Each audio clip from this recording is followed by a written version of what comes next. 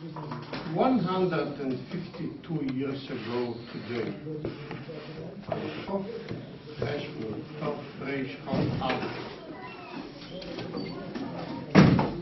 the Rebbe Rashab was born in Levin to his father, the Rebbe Marash, and to his grandfather, the Rebbe Tzemach Tzedek. 5 years later, when the Rebbe Marash was 5 years old, he became a chassid. A chassid? 5 years old? Yes. His grandfather, the Tzemach Tzedek, he knew him, and he knew his cousin, who was the Rebbe Tzemach. She lived far away in Ukraine, but she came always to her grandfather. So he knew his grandchild, the Rebbe Rashab, and he knew his granddaughter, the Rebbe Tzemach, and he felt that for their character and for their holiness, they would do a great match and for in a later date. That means that in the age of 5 years old, they got married? No. In that day, when the Rebbe Tzemach Tzedek made the shidduch between the two little children in Primonei, he wrote Noim for them. He didn't write the whole page. He wrote the first line of his blessing, and then he gave to a scribe to write the whole Noim, where it says that for next 10 years, the father of the chosn and the father of the kallah are going to deposit some money in the account for their getting married 10 years later when they'll be 15. It was common then, in that period, for people to get married on age 15. So he wrote that for 10 years they'll prepare, deposit some money every year. He wrote how much each one will deposit. And then in the end of the Noim he wrote that I, as grandfather of both, I'm also going to deposit every year so much money into the account that 10 years later they will be getting married. Yes, that was a good wish. That was, Tzemach Tzedek was then very old. That was a half a year before the stalkers of the Rebbe Tzemach Tzedek. He didn't succeed to deposit every year, only the first time, because a half a year later was the stalkers of the Rebbe Tzemach Tzedek, of the grandfather of the chosn and of the kallah. But they continued the preparations, and 10 years later, when the Rebbe Rashab and the Rebbe Tzemach was 15, they got married. Where did he get married? In Lubavitch? So let's see what they wrote, what the Tzemach Tzedek wrote in the Noim. He knew then that you could never know what's going to be 10 years from now. Where is going to be the ability to make a chasana? So what did he write in the Noim? Well, he wrote in the Noim that 10 years from now, they're going to get married in Yerushalayim. Planning to go to Yerushalayim to make the chasana? In those days, going to Yerushalayim was like now going to the moon. It wasn't a plan. It was just to express the fact that we don't know now what's going to be 10 years from now, where is going to be the proper place. So they wrote Yerushalayim. Actually, 10 years later, when they had to make the chasana, where did they do it? Oh, became a big dispute. The Rebbe Marash, the father of the Rebbe Rashab, said, obviously, not Yerushalayim, has to be Lubavitch. That's the center for Lubavitch Chassidus, and that's where the Mittel Rebbe was, and the Tzemach Tzedek was, and we are now here, so here it should be. Said the father of the Caliph, who was a Rebbe in the city of Avruch, somewhere far in Ukraine, says, no, we have a minhag that when there is a chasna and a kala, the chasna should be in the kala's place. Now it's also like that, the custom. So it should be in Avruch. Well, it was a big dispute. Finally, the chasna was in Avruch, in the place of the kala. But it was too far, and the Rebbe Marash himself, the father of the chasna, didn't go to the chasna. He just sent his wife, Rebbe Tzarivke, the mother of the Rebbe Rashab. He sent his Gabe, and they went there. It was then a week or 2 weeks travel on the horse and wagon. Long way to go. And they get married, and they came back. Obviously, he was still a 15 years old boy. He continued to sit on Levin for many years. But he lived in a little house in Lubavitch, near his father. That's how it was for the next 7 or 8 years. 8 years later, when the Rebbe Rashab was only 21 years old, he didn't even become 22. The Rebbe Marash got sick, and it was his status with the Rebbe Marash. Chassidim turned to the Rebbe Rashab. He should become Rebbe. He said, no, I'm not ready for that yet. To become a Rebbe of Chassidim, of Lubavitch, in all Russia, I'm still too young, I still have to sit and learn. So he continued to learn. For another 10 years, he didn't want to become Rebbe. So that means he continued learning in yeshiva, and he wasn't Rebbe, so he didn't say Memoriam. No, he said Memoriam. He didn't write Memoriam? Yes, he wrote Memoriam.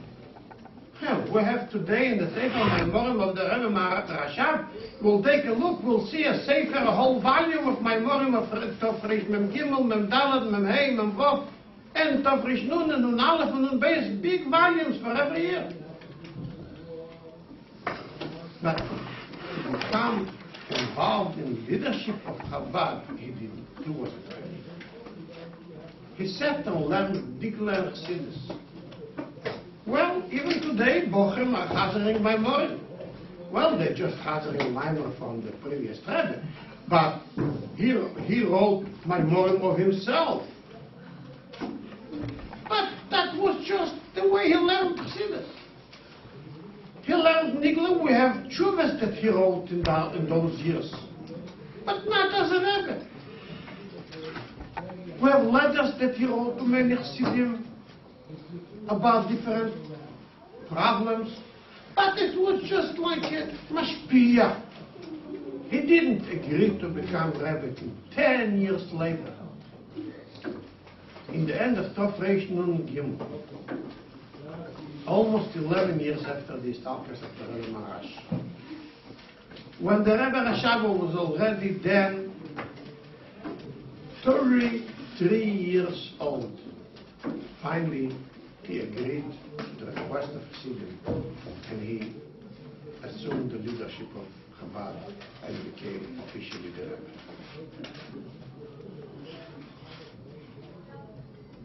First thing he did when he became Rebbe, he decided we have to establish a yeshiva established a yeshiva. What was till then? Bochum didn't learn. Sure, Bochum learned. But it wasn't the yeshiva. It was every bocher goes in a shul where he lives, and he sits in shul, and he learns the whole day. And there is usually some people there that know how to learn, and they sit there and they answer the questions, and sometimes they give a shir. They didn't need a teacher to become a police to control them. They obviously it was natural. Every bocher sits in shul and learns, and he has shiurim from whoever says shiurim. He didn't need anyone to control him, to encourage him, to force him to stay in class.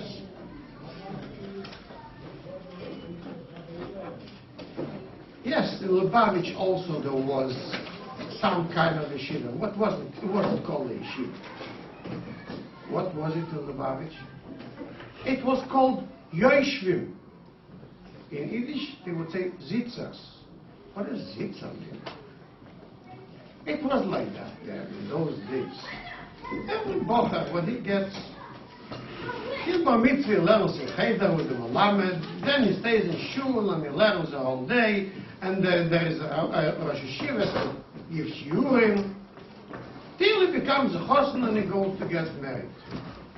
He becomes a chosn and gets married, and he didn't really get the taste, the atmosphere of a real chosn. So what would he do? For 1 year after he got married, or when he became a chosn, he would go to Lubavitch.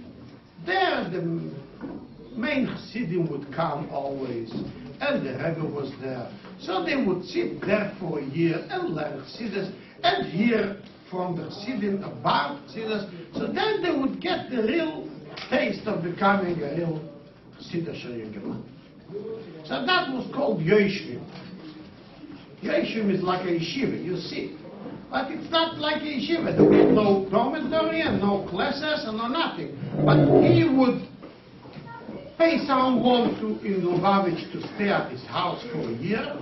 And during the day he would go to the shul of the Rebbe, and there Chassidim, old Chassidim would come, and he would hear from them stories and farbrengens, and they would explain him some chassidus, and he would hear the memorim of the Rebbe, and he would hear Chazoreh. So this year would make him really not only a bocher, but a chassidus shel Yingema. The Rebbe Rashab decided this is not enough anymore.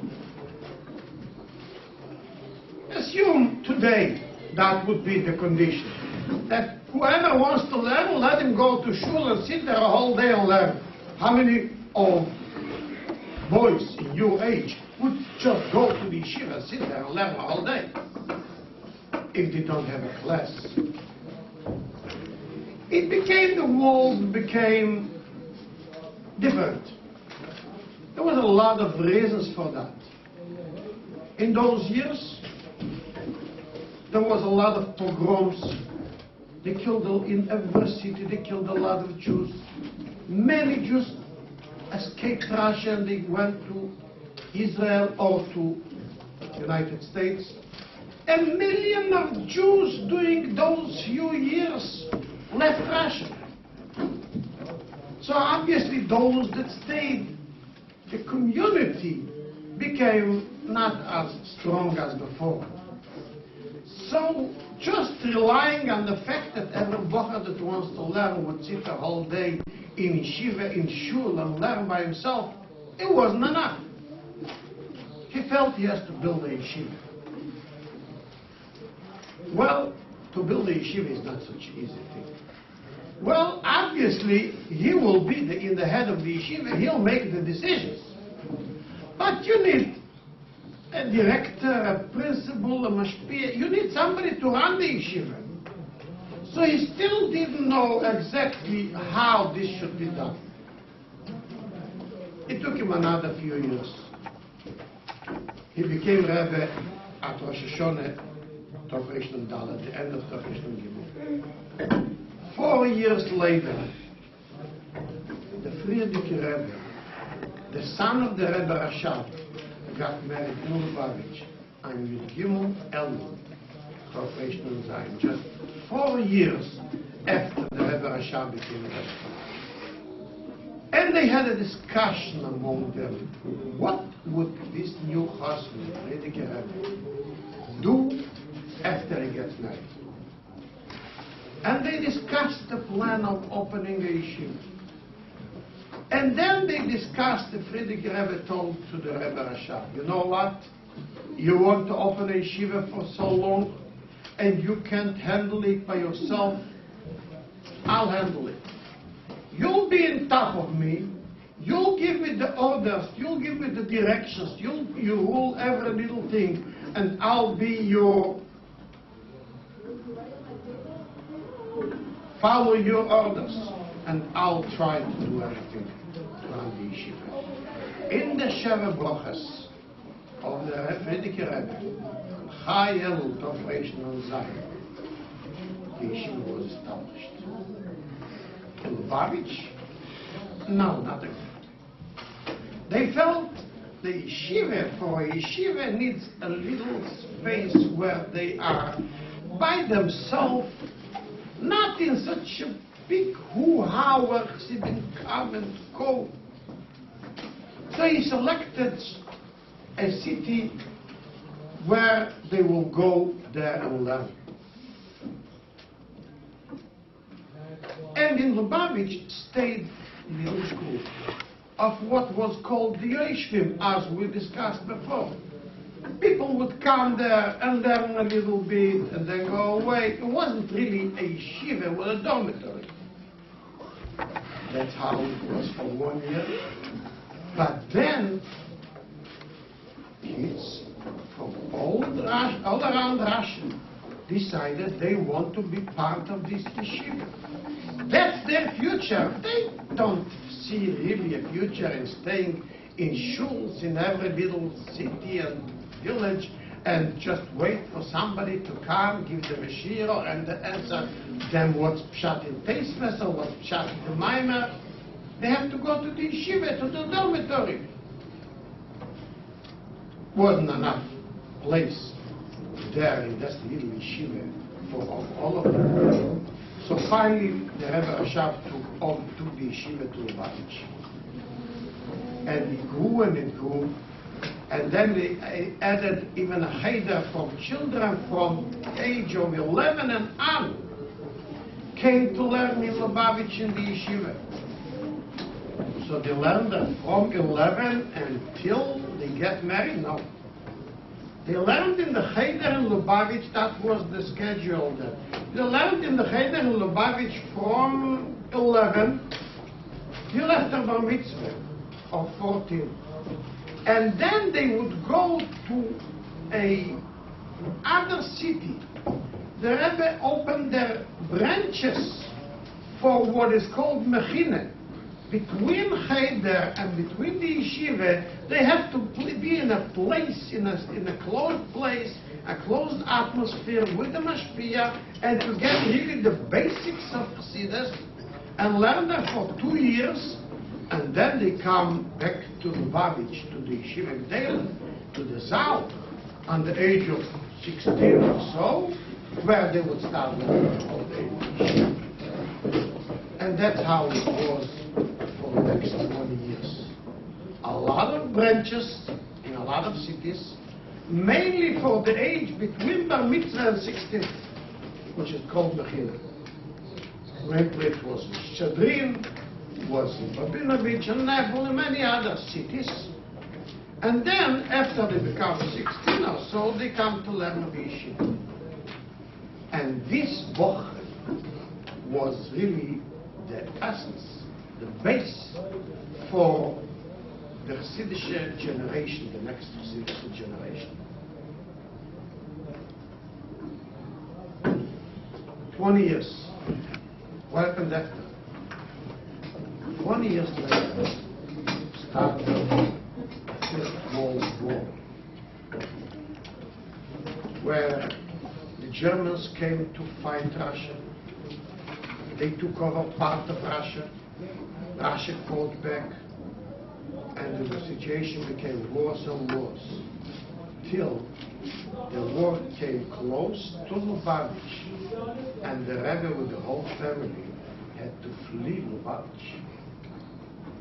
He fled Lubavitch to Rostov, who was the other end of Russia.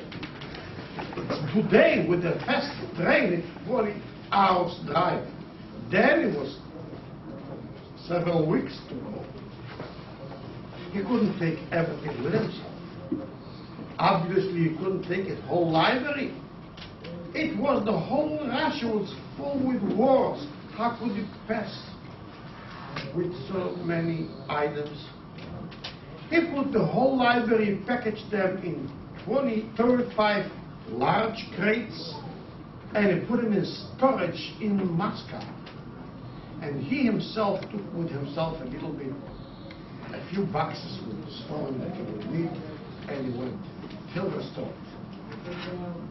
The yeshiva stayed still a little bit in Lubavitch till they couldn't, and they had to move them to Kremenchuk, which is also far away in Ukraine. And then everything started again, destroyed. Not only because there was then hunger and wars,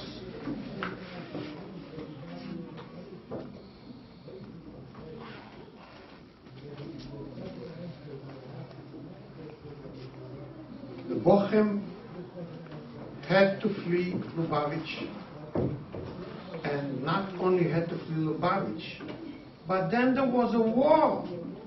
So the government gave out a decree that every young fella has to go to the army. Usually they took to the army only part of the nation of the youth, and it was relatively easy to get out of it. Each one looked for ways how to avoid going to the army. You know, if Siddish Bochum would go to the Russian army, nothing would stay with him.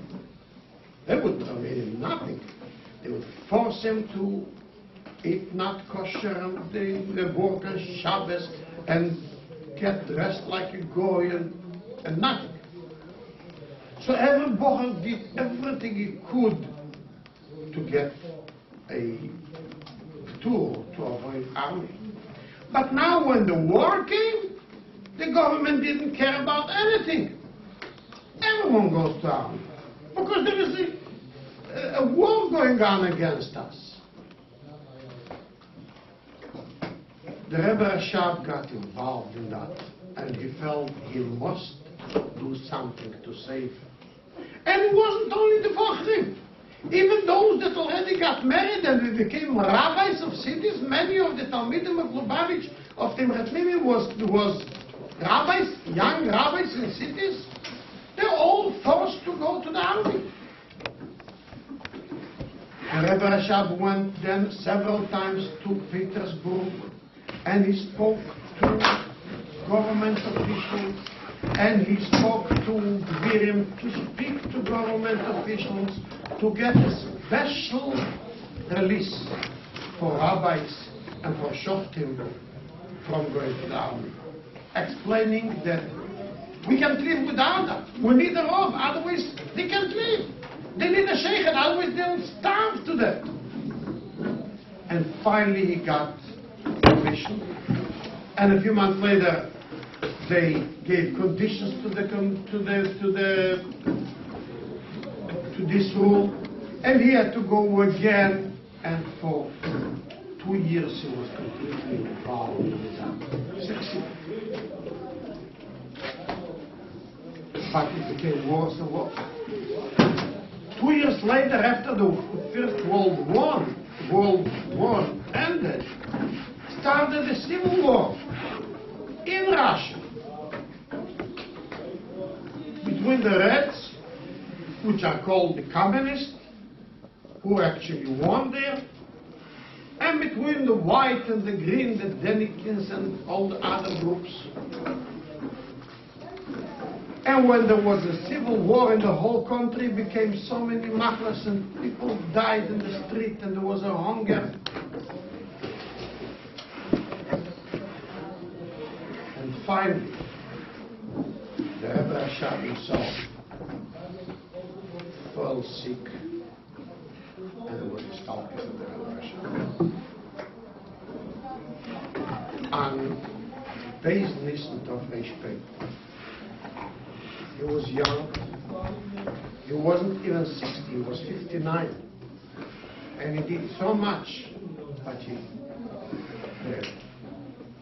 his situation broke him, broke his body, and his thoughts. He became sick, and he knew his hours are numbered. He called him to his Yechidus room where he was. He called him in the Frierdiker Rebbe, his son, to the bedroom, and he says, take me into the Yechidus room. I want my last hour should be there. And then he told him, I'm going to the sky. I'm leaving with you everything I wrote.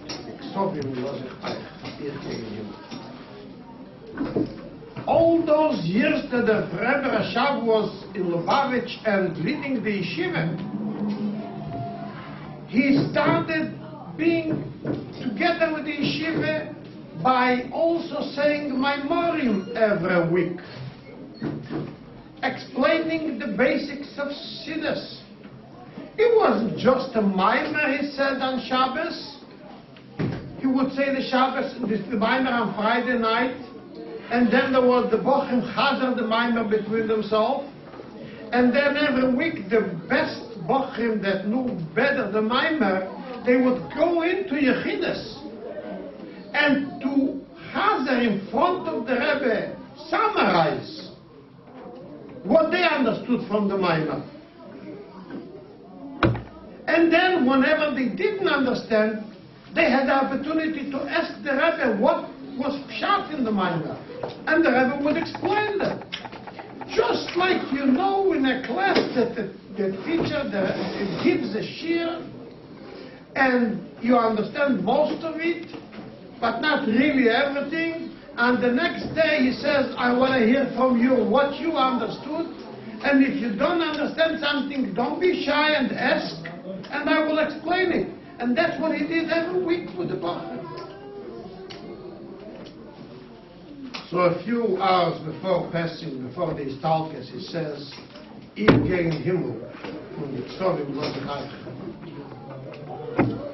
And then he wrote a tzavoret to the Frierdiker Rebbe, saying that I trust you that this yeshiva that we go up, which is the main base for Chassidus and Yiddishkeit and Rashab. Don't give up. Don't give it up.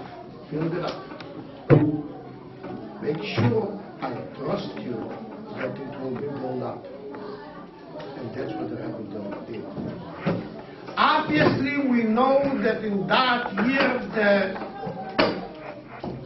Civil War became stronger and stronger until the communists took over, and the communists didn't permit any yeshivas to stay, and they closed down all the yeshivas, and every Melamed that taught his Talmidim, they would arrest him and send him to exile, and everything had to go underground. And all the yeshivas in the whole Russia, hundreds of them, closed down. The only yeshiva that stayed was an underground yeshiva of Temchat Mimi. Here and there, they had split it up to many cities. Every place should be only something like 10 bochum, not more, just for hiding and trying to make sure they wouldn't be caught. This mysterious nefesh of staying in the yeshiva, this is what they have learned. In their time, they learned in yeshiva of the Mimi. The Mesiras Nefesh they learned, the Chassidus they learned, and out of all yeshivas. The only one that was sacrificing and stayed underground was that Rebbe. Yes, there was other Fochim also that wanted to stay and learn underground. The only way for them to be able to stay in yeshiva was to go to Lubavitcher yeshiva, and that's when they became Lubavitchers. My father was one of them. He wasn't from a Lubavitcher house. He was in a city that everything freaked out. They didn't have any more yeshivas and chadorim. They would, if they found something, they would arrest him right away. He wanted to stay a Jew and to go to yeshiva. He knew the only yeshiva was underground yeshiva in Vitebsk of Timrit Mimi, so he went there. That's how he became a Lubavitcher. And that's how his son is a Lubavitcher standing in front of you. And that's how his son's son is staying every day in front of you as a Lubavitcher. Because then in Timrit Mimi, that's where they learned the real Mesiras Nefesh. Then Mesiras Nefesh was to stay in an underground yeshiva. Today the Mesiras Nefesh that the Rebbe is demanding from us is that when we grow up, we shouldn't think so much about going to business and become rich. We should go to Shlichus and make sure another one is also getting knowledge about Yiddishkeit. And we have thousands and thousands of Yingelite that go away to live in a place where there is no one that they know, no Chassidish Yingelite, no Frume Yingelite, no kosher food easy, no mikveh easy, no shul easy. And they go for the Mesiras Nefesh only was because they learned in Timrit Mimim that their life is for Mesiras Nefesh. This is the yeshiva that the Rebbe was meyased then, and this yeshiva that I'm standing in now is the continuation of this yeshiva that teaches us not only to be Meiser Nefesh ourselves and open the Gemara and look into the Gemara what the Gemara says, but the Mesiras Nefesh that we should know that we have to know the Gemara because this will bring us up later to become like the Rebbe wants us to be. Like the Rebbe wants us not only to know the Gemara for ourselves and the Chassidus for ourselves, but also to teach others. And also in a difficult situation when we have to go on Shlichus to a far place, we will stay there as the Rebbe wants us to be, and that's how it will be. That the Rebbe will see us, he will say, like he mentioned so many times, here you could see, when you see the results of these young life that go to a far place, and with Mesiras Nefesh they stay with Yiddishkeit and they stay with the children in Yiddishkeit and they teach others Yiddishkeit, even though the children don't see too many Yiddish young life. All this is Re'u Yudilim Shegidaltem. This is what they learned when they was in yeshiva. That's what your purpose of your staying in yeshiva here is now. Not only to understand the Tesvos, not only to understand the Maimer, but to build up yourself in a way that you should be able to fulfill the wish of the Rebbe. He should be able to tell us Re'u Gedulim Shegidaltem. This is just a summary of the history of the Rebbe Rashab of today's birthday and of what he has done in his life.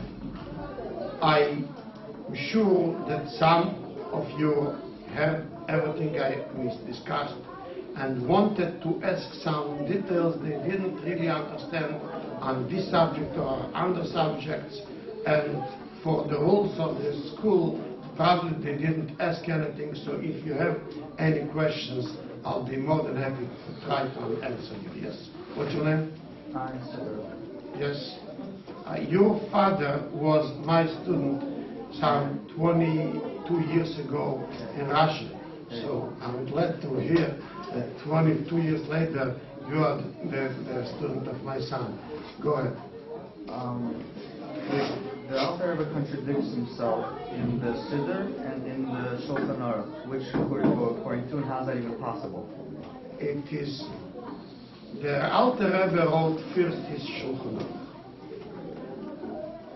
Then, some 20 years later, he decided to write, in addition to the regular Shulchan Aruch, two other things.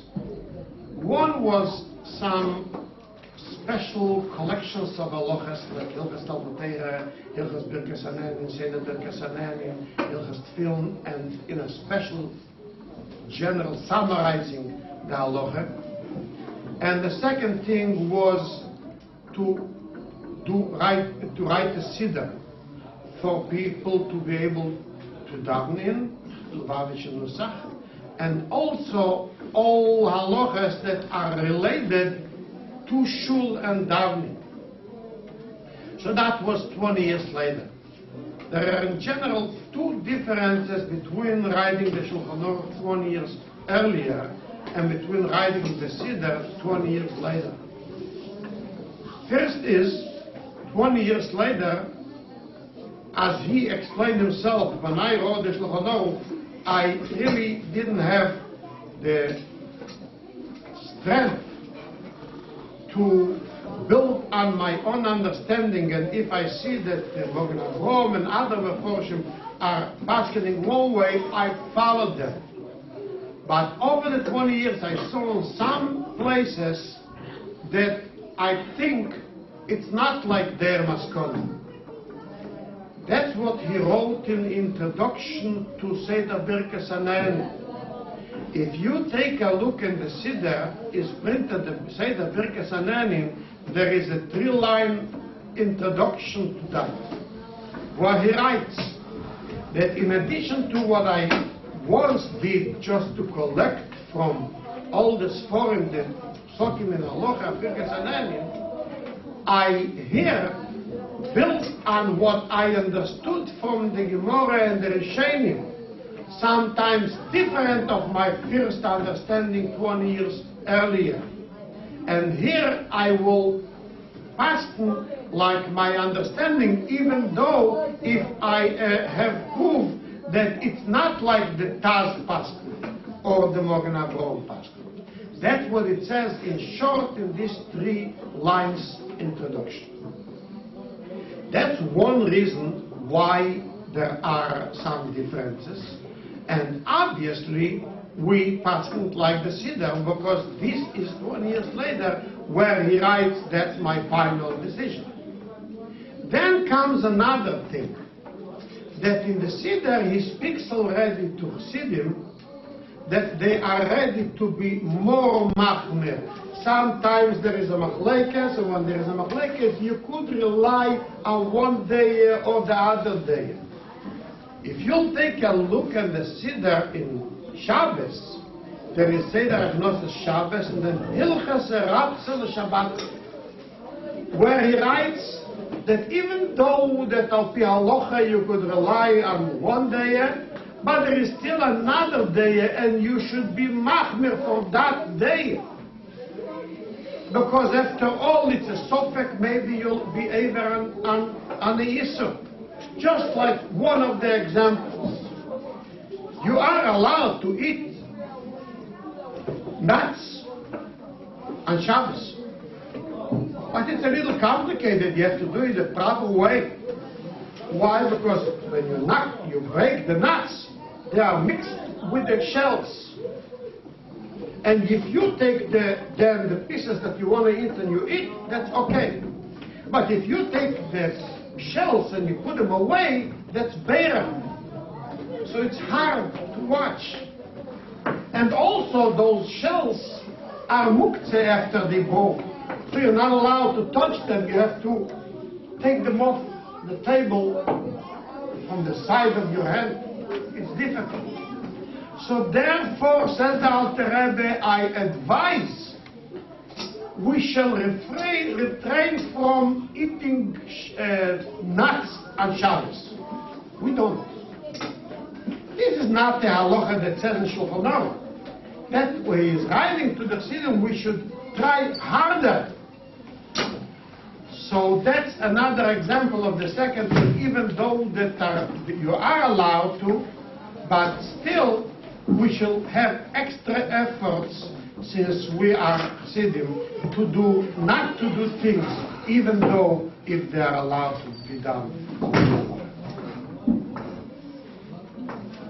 What's your name? Why did it tell us that made it tonight right away at $500? He couldn't wait till 15. Well, the Tzemach Tzedek was then, as I mentioned, a half a year before the Istalkes. And he wanted to make sure he knew this boy. Because when a boy is 5 years old, sometimes you could really recognize him. And he knew this girl. And as we see later, how this Rabbi Rashab and this Rebbe was, he realized that I'm them. And he wanted to make sure, I will make sure that they become Chashudim. It's not usual. It's very out of ordinary.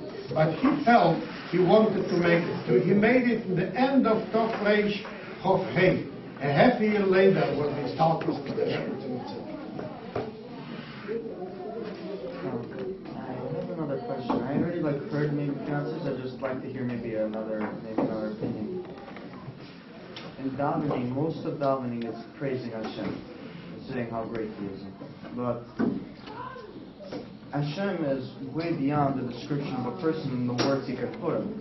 So isn't it belittling Him? So, two things. First of all, you gave an introduction. Most of it is praising. As we know that in Shmonesri we have 18 or 19 blessings. Says the Gemara in the Shulchan Aruch, the first 3 and the last 3 are praising, and the middle 12 or 13 are asking for bakoshes from Hashem. Therefore, Einu, Hashem is not the praise. Borech Aleinu is not the praise. It's a question that we ask from Hashem. But usually when you come to a king and you tell him, hey king, give me this and give me that, it's not proper. So you have to start how great you are. And then please give me, and then I really admire you. So you start with praise and you end with praise, and your questions come in middle. That's for your first sentences that you said. Now the Chachamim say that if you start praising, you could say a million of things, and you'll never end, and you'll still not say nothing. So therefore, the Chachamim say that when you say the Baruch Atah Hashem, the first Baruch Shmonesre, say only those words that it says there. Why? Because this is what the Chachamim decided to say. If you say one more word, you make it worse. Why do you make it worse? Because you want to say, and Hashem is this and that. If you start saying, say everything, and you can't say everything. So therefore we say only what we were told to say, and that's where it starts. So therefore there is not a problem of how could we praise, because we could never finish praising. We praise only those things that Anshik Nesses Agdelo were organized in the first Broche, or in the last 3 Broches, what we should say, and not more. Yeah. I have a question that will lead to another question. Onkelos lived before the Chachamim or after? Onkelos lived about the time of the Churban Beis Hamikdash. He was a ger. He was a nephew of the king that destroyed Israel. And he sent him with a group of making sure Israel is destroyed. But when he came there and he saw what the Jews are, he decided that he stays there and became a ger. When the king found out about that, he sent emissaries to force him back. They came there, they took him, and there is a whole story. The Gemara said what it was. The final group that he said, okay, he told them, If you speak to him, he'll make you become a ger. So don't speak to him, just grab him and go. So that's what they did. So he said, okay, I'm going. They left the door, he kissed the mezuzah. So they tell him, what are you doing? So he says, you see, the difference between us and others. In other countries, the whole nation is saving the king. By us, the king is saving us. So this mezuzah on the door saves us in the house. And they got more into it, and they also stayed. So the king didn't know anything else that he could say, because whoever he sends to them becomes a ger. So that's how he became a ger, and that's how they wrote the Talmud. What's the reason? Who started Shnai Mikra Targum? What's the reason? Shnai Mikra Targum, there is a thing that we have to learn, and the time for learning is mainly on Shabbos. It started, it says that Kriyas Atera started, the Gemara says in Bava Kama that Kriyas Atera started with Moshe Rabbeinu. It doesn't say in the Chumash, but Moshe Rabbeinu, the first takana that he did on his own, with the Nevi'im that was then, was that Shabbos, they should read the Torah. And then they added not only Shabbos, but also Monday and Thursday. Why should they read Shabbos and Monday and Thursday? Says the Gemara, because he didn't want 3 days should go where they have to walk in the fields and everything, and they wouldn't even have the chance to learn some Torah. So at least the minimum is that at least 3 days shouldn't pass without learning. So they should read the Torah Monday and Thursday and Shabbos. The fact that everyone should learn for himself, the Shnai Mikra Targum came much later. But the original takana of reading in the Torah on Shabbos and Monday and Thursday is a takana of Moshe Rabbeinu. And finalized it, the Gemara says, was Ezra. Ezra was the one that came with the Eden to build up the second Beis Hamikdash, and he was a takana that Shabbos they should have 7 aliyahs. Monday and Thursday they should have 3 aliyahs. This whole process ended in Ezra. So it started with Moshe Rabbeinu and Ezra did Ezra. Is there any hint in the entire Torah? Yes. What? Is there any hint in the entire Torah about reading the Torah or the Shnai Mikra? No. It's the Rabbanon, but it's the God of Moshe Rabbeinu. Why doesn't it, What you learn? Shalom? Yes. But what do the kids do, under 11? They didn't go to school? They had, each one had a melamed, but we're speaking about Cheder then. It wasn't like They didn't have classes? they had classes in each village. They would have classes for little children. But here they call the Cheder what you call the yeshiva. Is this called a Cheder or a yeshiva? You're a mitzvah. You call it yeshiva. Then, when the Rebbe Rashab made a dormitory in Lubavitch for children from 11 till 13, he called it Cheder. Why is it only by 11 and 13? Why is it now? Because before 11, no one is going to send from a village of 2 days away to send them. Those children that became 11 and they came to learn in Lubavitch, they didn't see their parents only once a year. They left for a dormitory.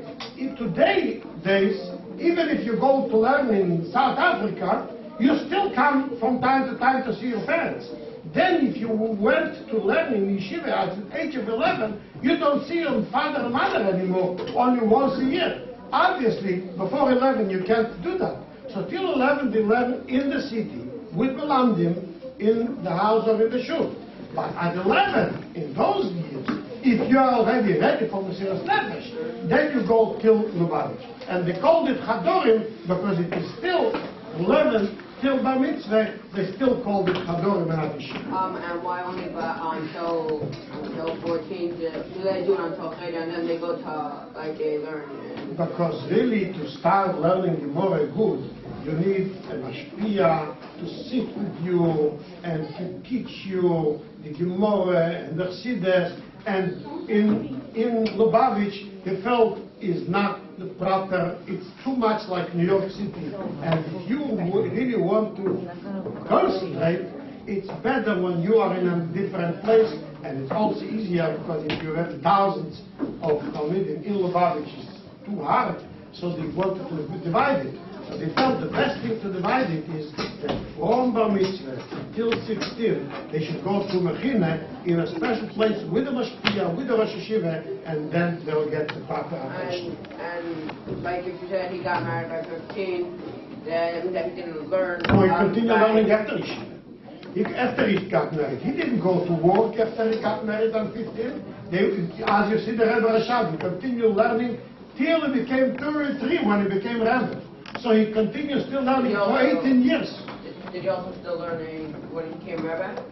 Sure he did, but he's a memorim and he wrote shuvas. But he learned not as a student. He already taught to others. There he just sat the whole day and learned. Was he like a teacher? Like after he came Rebbe? I just explained before that he would say Shabbos in my work, and then the Talmidim would come in and he would want to hear how they explain, summarize what he said. And if they made a mistake, he corrected them. And then he told them, so you have any questions? And they asked questions, what he didn't understand, and he would explain them. Well, like, would he ever make a mistake? Like, would he ever make a mistake? If he made mistakes, when he was a Rebbe, we assume that everything that he says is holy. And plus also, between Nadal and Stein, for 3 years, Chuck built 10 It wasn't really Tispin, it was the Yeshim, as I mentioned. People used to come there and see it, and just not as a Suda de Yeshim. So why did it take so long to build? Because he wasn't ready to, he wasn't able as the Rebbe to become himself the director and the principal. He couldn't. He needed someone that he could rely on, that would run it till his son was still a boy, learn for himself. So he wasn't ready for that. After his son got married on the age of 17, that's when he took the obligation on himself, and then that's when the Rebbe. So who took it? Who took it over? The Rebbe? The Rebbe Rashab was principal of that yeshiva? The Rebbe Rashab was the director and the advisor. But the Frierdiker Rebbe, after 17 years, till became 37, for 20 years, he was the director of the yeshiva and he was running all the activities. Yes?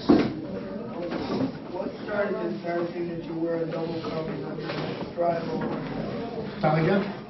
What's the reason you wear a double covering on your head whenever you travel on your road? It says that whenever you daven, it says hikoy. You have to have a special preparation for your davening. And the Shulchan Aruch, if you take a Shulchan Aruch from Siman Tzadik till Siman Tzadik Hey, every day, every Siman is to tell you one thing that you have to prepare yourself when you go to daven. You have to stand proper, think proper, and one of the things is to get dressed proper. One is to get dressed proper to add on what you usually walk with. There is nothing wrong if you go with a shirt and with a yarmulke. But when you daven, you should add on your shirt something and add on your yarmulke something. After you get married, then in addition to that, you also have a garter for hikoy extra preparations.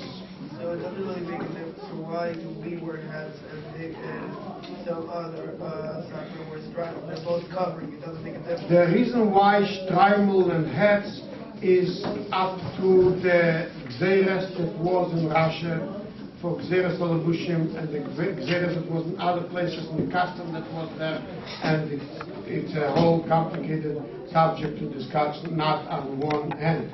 But actually it became the custom that there, after wedding, you wear a straimel, and here only the Rabbi of Chabad used to wear a shtreimel on Shabbos, and the Chassidim used to wear not even a hat.